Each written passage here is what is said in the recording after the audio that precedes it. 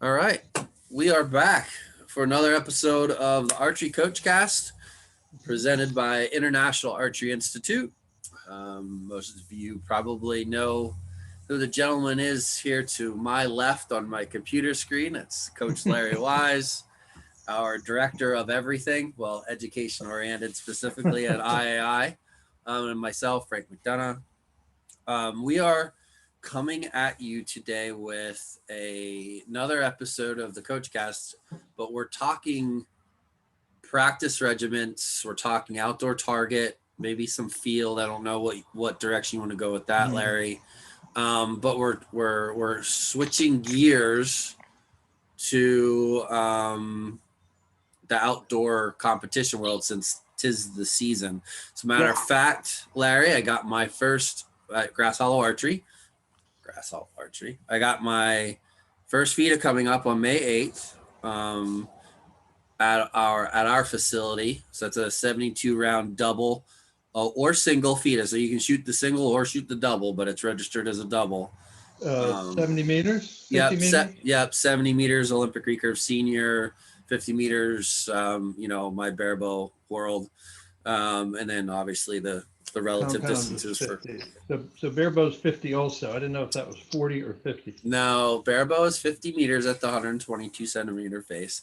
Now, large face. Okay. yes, I know you know who Rick Stonebreaker is. Rick went to Arizona Cup and shot the men's Olympic recurve with his barebow rig. He fared out well, like 7th, I think, but that was 60 meters. That was how much? 60 meters. I guess Masters Olympic recurve is 60. Yep. So, but we'll get going here. All right. So Daniel, thanks for joining us. Looks like Daniel's a level 2 instructor. Yep. Shoots both compound and recurve indoor outdoor. Cool, Daniel. Where are you from, by the way, bud? Just curious. So put that in the chat. And then, all right, Larry, so let's get started. So 'tis the season. It is outdoor target time. We got Arizona Cup going on. We got Gator Cup, I guess, coming up. We have some local tournaments here in Pennsylvania are starting, some field. And 3D, of course, is going on. I saw a lot of pictures on Facebook, the guys out with their 3D stools. and so that's getting cranked up for everybody around here. So that's why I thought about practice tips, just to make sure people are doing things that help them and not just shooting a lot of arrows. Shooting a lot of arrows can get you build your stamina for shooting the way you've been shooting. But that doesn't necessarily make you better. That just means you can do it longer. Right. But if it ain't good, it ain't fun. Yeah. Okay, so first thing I wanted to pass along to everybody, keep records.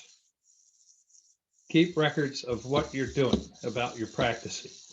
Doesn't have to be complicated, but keep it simple. Particularly about your bow tuning issues and changes that you make. Because if you have that record to look back on in a month, you can see, well, I already tried that and it didn't work before, so I'm not going to waste any more time doing that. And so you move on to try some other tuning issues, other tuning techniques. Okay, so what I wrote down first, what came to mind first is a practice technique that I use. I'm using it now. I'm not shooting all that much, but I still like to do this. And that is to shoot either 1 or 2 arrows at a target, the proper size field target, for instance, at every 5 yards. So you can start at 10 or 15 and move back, shoot 2 arrows, move back, shoot 20. Shoot 2 arrows, move back, shoot 25. And go back as far as you want. So if you're doing this bare bow, Frank, you would go to what maximum distance bare bow? Well, I mean, we shoot 50 meters max for outdoor target, but for field hunter round, you're shooting an 80-yard max. So, and I've done this Good. before. So, but I'll just do it on a regular, Mhm. face, 122 centimeter face, just to figure out where my crawls would be. Yeah. Typically you max out somewhere around 70 meters, 70, 60, 70 meters with bare bow, as far as point on, fingers up against the string with a 3 Right. under anchor. Now you can always switch and go to a 1 over 2 under anchor, which brings that arrow down a little bit more, and but you go substantially higher. It's a big jump. Yeah. And a lot of bare bow shooters are very experienced with aiming with like the edge of their riser. So the shelf will be ballpark 80 yards, or they can figure out you're shooting 1 or 2 arrows in a field round at that distance. So you don't need to have, You need paper. you just need paper. Yeah. Right. You want to hit paper. Yeah. You want to hit a scoring ring at 80 yards bare bow. Yeah. Um, okay. Now you can do this routine in 3 different ways. You can start up close and walk back every 5 yards, or you can start way back and walk up. Or, you could actually do that walk back and then walk up. And if you wanted more arrows, and you're checking your marks, you're checking your routine as you move from distance to distance, getting the sight set, and then getting relaxed to make your shots. Third way to do it is random draw. So you simply pick at random what distance you're going to go to, and then pick another distance. So that's a little more walking, but it's more realistic too, because between field targets or 3D targets, you're walking, you have downtime. And you need to get some of that into your practice regimen. Not getting all warmed up and keeping warmed up as you're shooting all of these different distances, but shoot a target, shoot a couple of arrows, walk a distance, and in that time you cool down. So yeah, when you're shooting field archery, you're shooting cold a lot. The first arrow for each target is always cold. And then if you have to wait on a group, you're really cold. Yeah. Yeah. And you need to get that into your practice regimen so that you're a good match with your bow. I know that sometimes is a problem with certain setups, certain cams, or particular reflex riser. You do great in practice, but when you get into the tournament and you have all that downtime between shots, then that particular cam or handle can hurt you. You just don't mesh with it cold. Yeah. You do when you're all warmed up, and yeah, I know somebody that had a recent episode of that in the pro division, and so that bow went on the shelf. Yeah, well, you got to do it. If you keep doing what you've been doing, you're going to keep getting what you've been getting. And if you don't like what you've been getting, you better change. Yeah. Yeah. Yeah, definitely. I like the idea of you know practicing moving your sight. I think that's an overlooked detail when it comes to field hunter um, Oh, yeah. and 3D. Mm-hmm.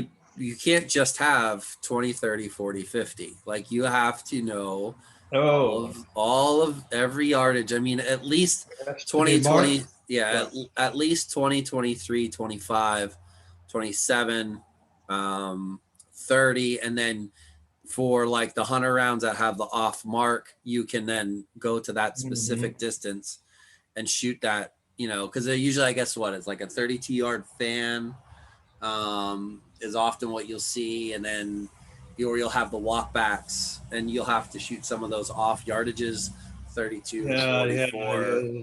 Right. You have to shoot those distances to have them. The 64-yard walk up or that. Yes. But you can't And forget to move your sight in a field round specifically.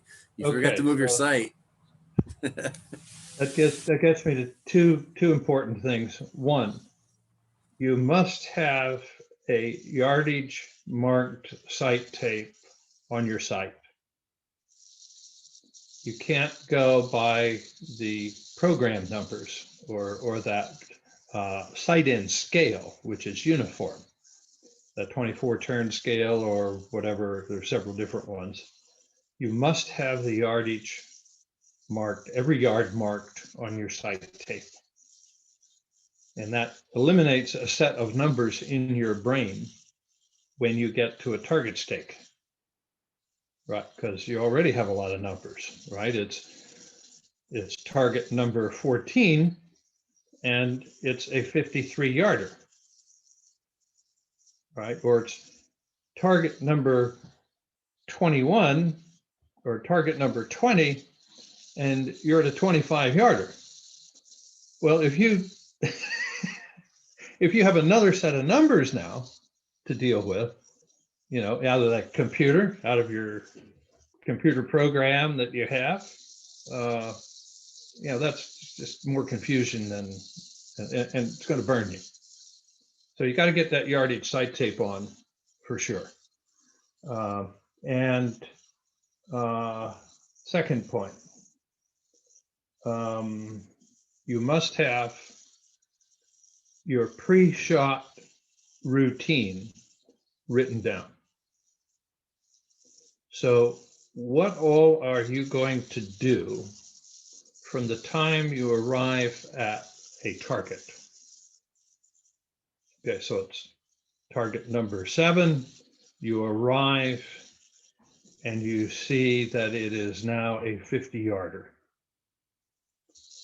Okay, so what steps do you go through? And do you have them written down? So you get them written down so that you know what to do, you know how to do it because you've practiced it, and then you know when to do it. That's why you write it down in order, just like your form steps. Uh, so if you write this pre-shot routine down, then you will be thorough. You won't miss anything. You might have to carry that list with you for a while before you can trust that you're going to hit all of those important points. First, you're going to set your sight for the yards. Next, you're going to double check that. Okay. Then you're going to look at the target. Oh, it's uphill. So I'm going to have to cut a little bit. Right. And so how much uphill? Well, I think, this is like a half yard I'm going to have to cut. So that enters into your plan. There's a little bit of wind. Okay, so now I have to plan for that. There's a little bit of sun coming into my face. So I have to plan for that, make sure I have a hat with a bill that's going to help me. Yeah. So you have to get all of those things written into your pre-shot routine. Yeah, that's a lot too. I mean, especially when Yes, you it start is. looking at multiple competition formats. If you're going to Yeah, shoot outdoor target and you're shooting 70-meter game for Olympic recurve, 50-meter for right. compound, barebow, whatever, you can't just practice in the best conditions every time. You can't Right. not go and practice because it's raining cats and dogs, as they say. Yeah. No, you need to go and practice. So like, and in barebow, I don't know how many countless times I've had barebow shooters say to me, oh, I never shot in the rain before. All of a sudden my point on was hitting at the bottom of the target. Imagine. Imagine that happening in downpour rain. And Yeah. they don't realize, well, you just gave up maybe 10, 15, 20 points Yeah. on out of 60 Yeah. because you went thunk, thunk, thunk, and you did it for 3 or 4 arrows before you realized I better aim high or figure out what's going on. And it's not just that, but it's also the wind. So maybe in field, I know here in Pennsylvania traditionally your field hunter courses are in the woods, so the wind isn't as much of an issue. Right. But in outdoor target, you have to practice aiming off, whether it's Olympic recurve, compound, or bare bow. You have to practice aiming off and do that in your practice sessions. Right. So when we ran our junior dream team camps, the national level, we had aiming off practice. So we had the kids take a circle jig and draw a circle over in the red. And then they would put their targets up. We do that, a circle in the red to the left and a circle in the red to the right. Then we'd have them put their targets up, and that's the circle we scored. We didn't score the goal. So that they learn to visually and mentally commit to that red spot. Because you can't be half looking at the gold while you're trying to aim at the red, right? Because it's going to burn you. Yeah, you've got to fully commit to aiming and executing physically and mentally to the red on the left or the red on the right. And you got to practice. You'll find out if you're an over aimer, if that happens and you have such a hard time aiming off. Mm-hmm. There's a ton of people out there, and I see it in all disciplines. Bare bow, it shows up very, very, it's very obvious.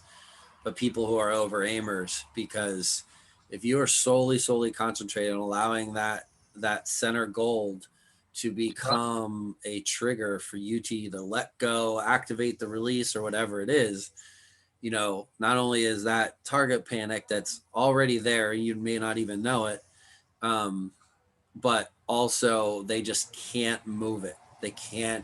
They're okay in the middle, but they can't move it elsewhere. But they're okay in the middle because they aim hard. And there's moments in outdoor target archery where you do have to aim hard, and typically that's in like high wind. You have to be a little bit more of I don't want to say command, but you have to be a little bit more purposeful the way you aim because the wind is just that steady. Mm-hmm. We talked about it before on the podcast last year at Outdoor Target Nationals. We had every ounce of weather you could have in 2 days. We had torrential downpours. We had crazy wind gusts. We had 85-degree wet condition, 85 degrees, sun out, wet conditions, humidity rising.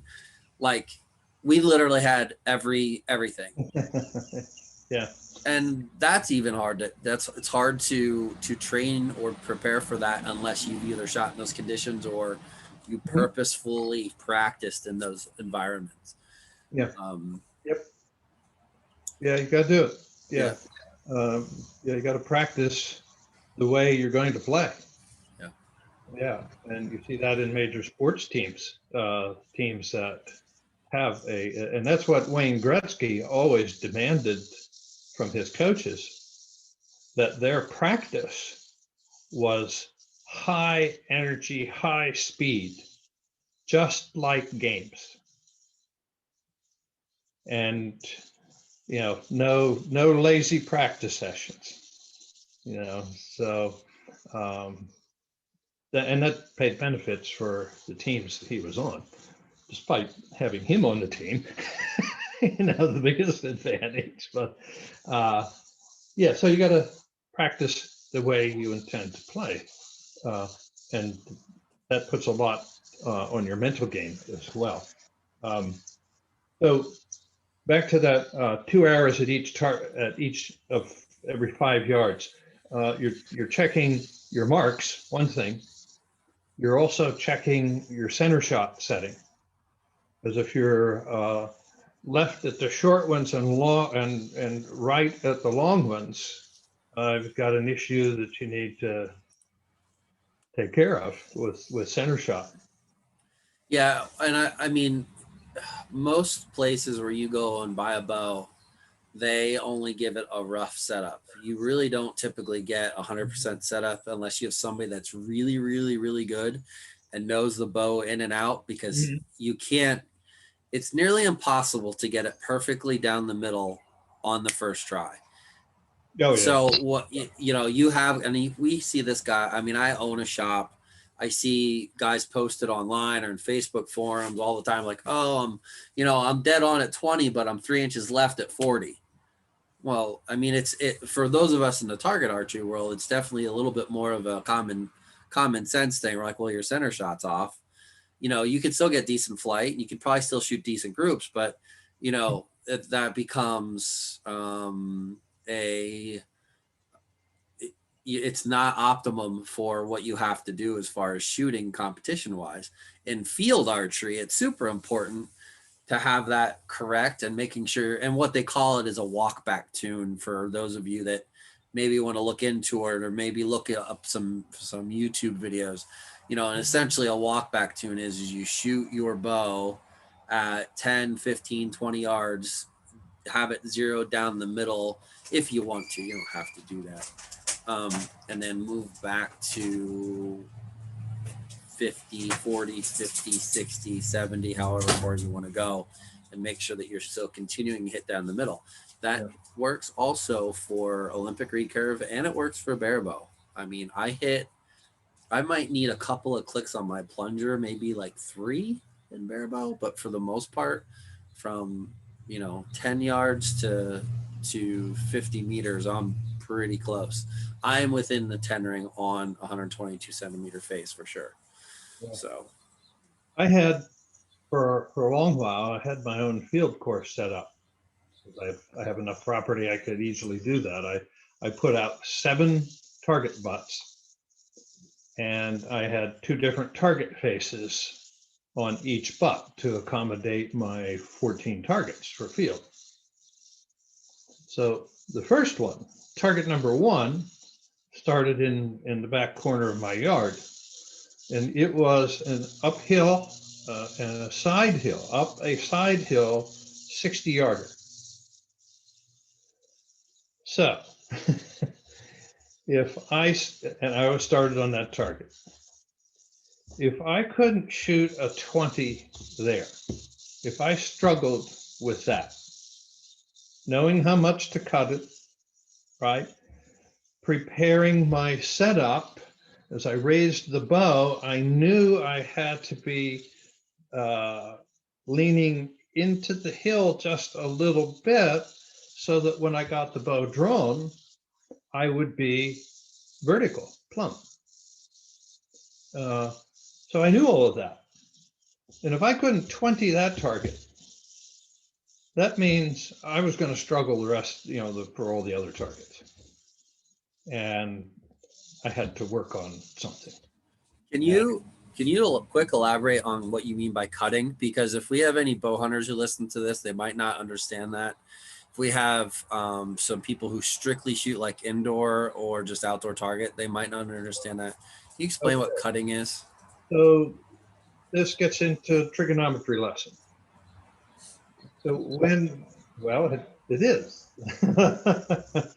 So if you're shooting uphill, the distance from your eye to the target spot might be 60 yards.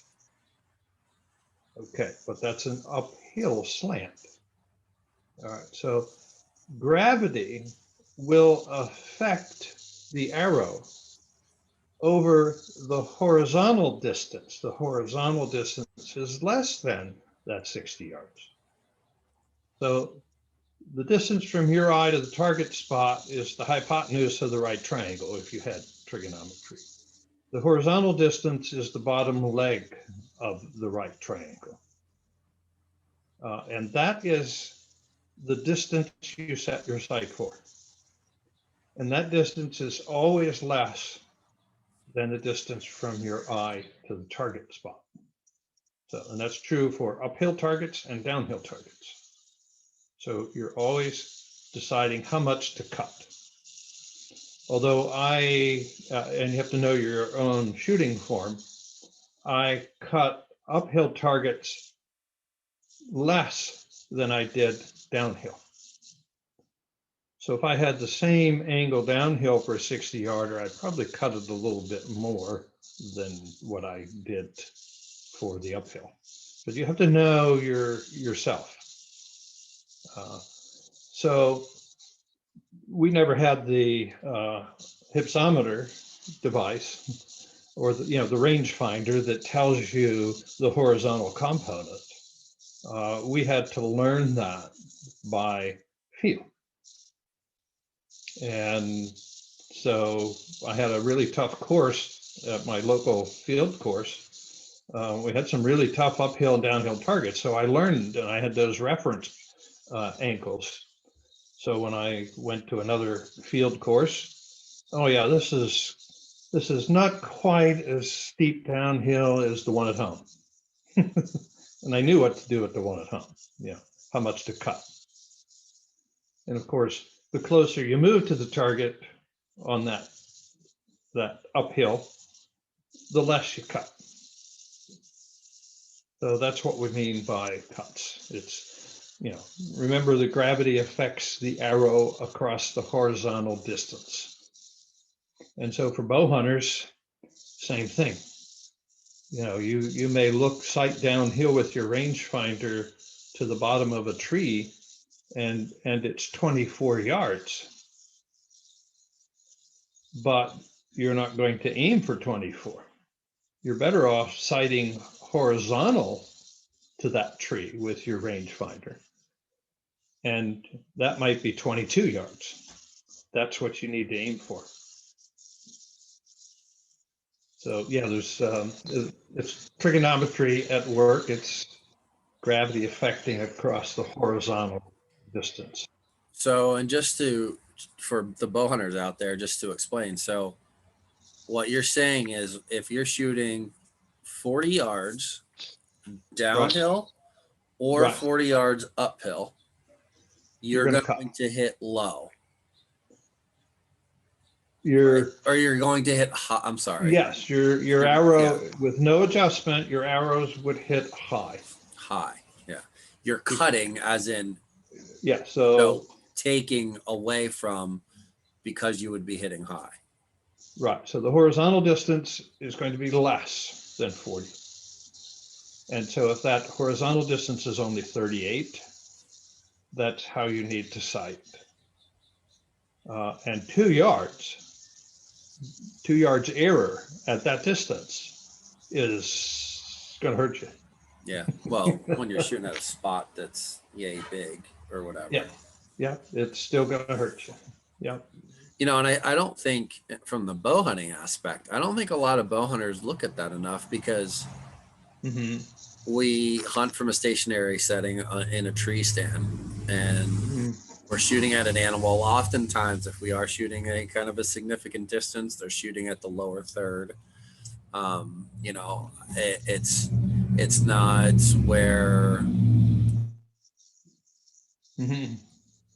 it's not where the idea of, oh my gosh, I'm shooting uphill, downhill matters. If you practice out of a tree stand, you'll notice that there's a difference. But if you don't, and you practice on a horizontal plane all the time, sorry about the background noise. I decided to try to record on my porch today, and it's all of a sudden this morning while I was on, it was quiet. Well, now it's midday and it got a little bit louder, so it's all good though. Whatever. It's okay.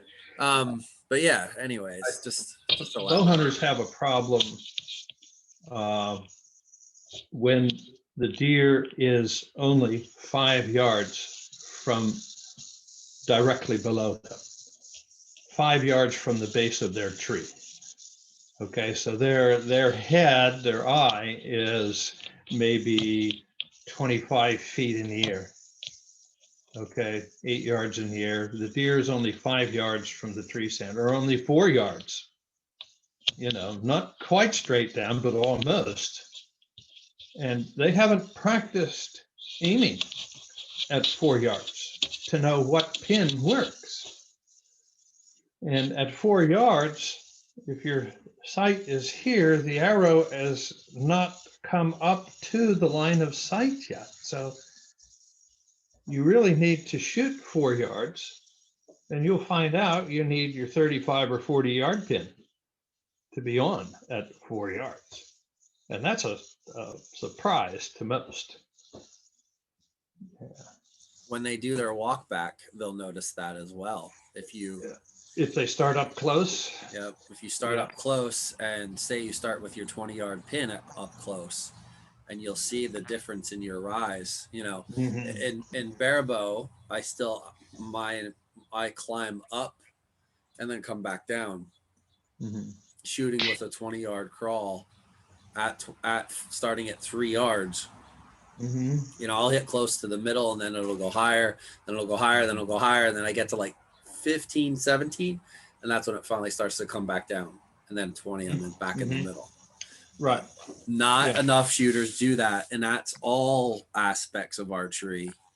Yeah, you have to know and understand the dynamics of the arrow flight. Right, you have to know your trajectory, all about your trajectory from 1 yard back to 80 yards. Yeah. One last thing I had on my list here is something I stressed a lot for myself. And to know when I was ready to go to, a field target, or a field tournament, or a target tournament. And that is to stand at 50 or 60 yards and shoot 6 arrow ends for flow. Can I shoot my first arrow when I'm a little bit cold, still make a good hit, and then repeat that feel? Repeat the feel for the second shot, third shot, and get into a flow with the fourth, fifth, and sixth. Get into a smooth repetition of feel. And many bows I couldn't do that with. And so I knew the tournament was going to be a struggle. But some bows, I had great repeatability of feel, flow. And I knew when I had that in a bow, I was going to do well to tournament. And sometimes I thought, well, I'm going to win, because it was going really, really well. I do something similar with shooting the 50-meter game and the 20 yards too, and an 18-meter game. But I shoot 10 to 12, usually 10 or 12 arrow ends. Like right now, that's what I'm doing, because I need to build up my strength. I need to build up my endurance. And if you can mentally stay committed for 10 arrows in a row, 6 arrows is a cakewalk. And I mean, obviously, competition can be a little bit different, but for the most part, I will shoot those high volume arrows. And the other thing it does is, because you have to walk so far, it allows me to get my volume in a little bit lesser amount of time, because I am just so busy. But yeah, that's okay. Some practices, but not every day. No. Well, and that's sort of the next part of that, is to explain that periodization. I'm not shooting that way going into the last week. I might do that 4 weeks out, 5 weeks out, and then that's a gradual cut, similar to like we're talking about with yardage. It's a gradual cut where I'm cutting, if I'm at 100% volume on week 4, I cut 25% for week 3, another 25% for week 2, and then I'm only shooting 25% of the total volume I shot that week 4 or Yeah. week 5, whatever. That's just a general explanation of how I do it. It's not Yes, your body needs to heal, some rest every week. rest, yep, Two, physically two and days, mentally. 2 days of rest every week. Yep. They don't have to be back to back, but practice 3 days, rest a day, shoot 2 days, rest a day. You got to take care of your body, or it won't be there when you have to do the tournament and you have more nervous tension, right? Because it's now at a tournament, it's a high value moment, right? And so you have to deal with your physical issues that that comes with those kinds of moments because it's important to you. Yeah. I think that gets what I had on my list. Of Yep. course, getting your focus map done for your shot routine is a whole other issue. Yep. I think that's something that the focus map might be a podcast topic all on its own, to be honest with you, Larry. Yeah, when I get my publisher in gear and working on the book to get it out. Um, yeah, that's good. I think we covered quite a bit. We're at our 40-minute mark now, so Yep. I think we'll cut that off there. I would encourage everybody who watches the Archery Coach Catch or listen Coach Cast, Coach Cash, Coach Cast, whatever, Something like and that.